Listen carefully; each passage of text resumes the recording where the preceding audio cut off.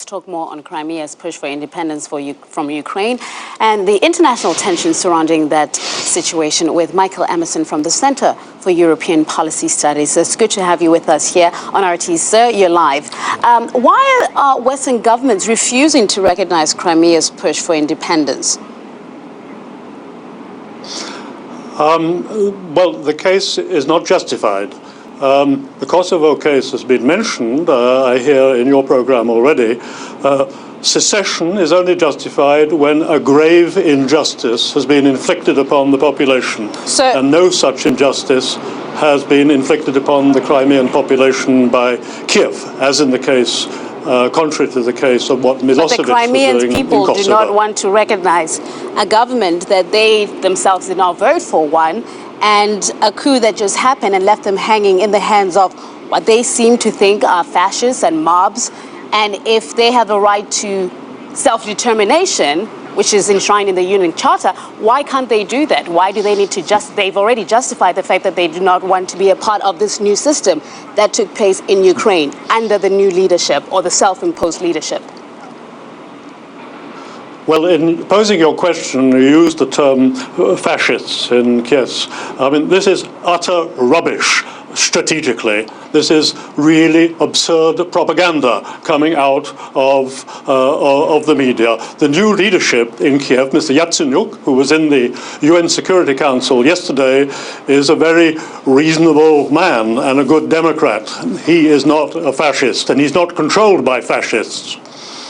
So, all right, let's move on. Why is this the parallel with Kosovo being dismissed then? Chancellor Merkel seems to think that it's a different situation because there was an ethnic cleansing in Kosovo. Should then the Crimeans wait until they're attacked first before then they can have the right for self-determination?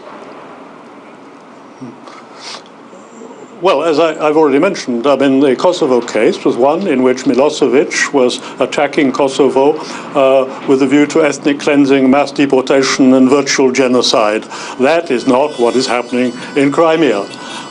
So the foundations for the secession case are totally different. In the one case, Kosovo very strong. In the case of Crimea, very weak. So let me ask you this. What happened in Kiev with the Maidans and the situation that happened there, in terms of the Crimeans, they are part of Ukraine. They feel that perhaps that's not what they want. There was lots of violence in Kiev during that time of the unrest. And you cannot ask the people of a country and a section who do not want to be a part of another country that they don't feel like it's representing them to continue under that. Well, the amount of violence in Kiev was right at the end, if you remember, when snipers on the roof of buildings killed about 60 Ukrainians, and as a result of which the former president Yanukovych is being prosecuted for mass murder. Okay, so that's otherwise, and I've been in the Maidan recently myself and talked to people. Predominantly, Maidan has been ordinary, decent Ukrainian people, Russian-speaking as well as Ukrainian-speaking people, who were disgusted at the Yanukovych regime. Mr. Emerson, let me just jump in that point you just made, that snipers were shooting at Ukrainians and Yanukovych is behind this.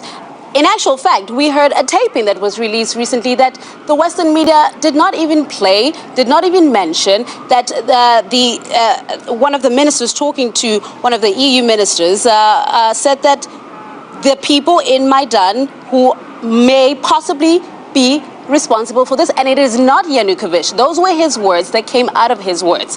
So given that, and given that fact, you cannot go on and say that Yanukovych is responsible for those people. Yanukovych said to the opposition, let's sit down and talk so we can finish what is going on in Maidan, in Kiev, in a peaceful way. Let's have that talk. The opposition did not want to have that talk. Subsequently, 80 people died in those streets in Maidan, as you said at the beginning of the year. So who? Sorry, we've lost you. Is that right? I can't hear anything. Mr. Emerson, so I'm asking you then, based Yes. on what I've just told you, how can Yanukovych be responsible for those snipers? Well, of course, I'm not a criminal investigator myself. But you just said it. Broadly speaking, wait a minute. Broadly speaking, what was going on was that Yanukovych was on the way out. He was desperately trying to hold on to power, and with some encouragement from some people in Moscow, he was tending towards use increasing force, and he was being encouraged to use decisive force to break the Maidan. And this is the point at which these tragic killings of 60 people took place. I just want to say, to reiterate this back at you, the Estonian minister talking to Catherine Ashton in a released tape that was all over the world, but was not played enough in the West. He says that Yanukovych was not responsible for those snipers who killed almost 80 people on those streets. In fact, he went on to say the people responsible are the now leaders of Ukraine, the opposition, the same people who Yanukovych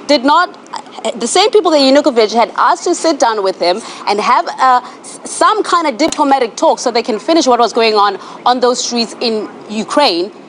They refused, and subsequently people died. Why is no one recognizing that? Why are we keep saying Yanukovych did? As far as we know, Estonian minister authenticated that tape. Well, I'm not speaking on behalf of the Slovenian minister, and I don't know what he thinks he knows, but I find the story not generally understood and accepted. So I would dismiss his remarks as just one oddball comment. Mr. Emerson, let's move on. Russia's been receiving threats and warnings from Western governments over Crimea, but why blame Russia if it was actually the initiative of the local parliament to hold this upcoming referendum on the 16th? Well, Russia is to be blamed by, in a very dishonest and misleading way, deploying its military forces to occupy the whole of Crimea and to surround the Ukrainian military bases. Okay.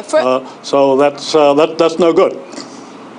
Russia, according to a treaty signed with Crimea, they have a base there until 2042. And like any other military defense around the world, they have bases in certain countries. They're allowed to hold military drills. Under no circumstances has the Russian government ever said that they're going to send any troops inside Crimea. Why is everybody saying that there's military presence from Russia within Crimea when in fact there is? I want you to tell me where is the evidence that supports that, because my evidence comes from the defense minister who says I have not sent anybody on the grounds there. There's a military base that is active until 2042. We have 25,000 troops out there. In fact, that number has gone down to about 16,000 according to some experts. So where is the tangible fact that there are troops indeed within Crimea from Russia? Well, look, come off it. Look, we see it on the television. It's pretty transparent what's going on. Of course, I watch both Russian television and Western television at home here in Brussels. I receive all of the Russian channels, and the only channel actually that is giving a fair presentation is the Dost channel, which 2 days ago had an excellent dialogue between a group of serious Russians and a group of serious Ukrainians in a live talk show. And these were very reasonable people. But the rest of the Russian media is biased. Anyway, to come back to your question, what's going on in Crimea? But if the Russian way is biased, you wouldn't say that the Western media is biased too, because their stance is different from the Russian stance. So, I mean, isn't everybody then ultimately biased? What kind of conversation are we having? No, you know that the Russian media is dominated by the Kremlin and has instructions, and you know and also CNN the Western media is largely independent and CNN free, and is BBC, it not? Sir, also have, other governments supporting them. So let's not get it twisted. What I'm asking you is, you're saying to me that there's a Russian stance and it's biased, and I'm simply asking you, if the Russian stance is biased, isn't the West stance biased too? Because they don't show two sides of the story. Their argument is counteracting on the Russian side, isn't that's it? the question that that's the question I'm trying to answer, but you won't let me get in. Hello. Go for it. There is a difference because the Russian media is controlled by the Kremlin, and the Western media is not controlled either by the White House or Berlin or Brussels. That's your answer to me? I mean, then otherwise the objective content of the Russian presentation of all of this business is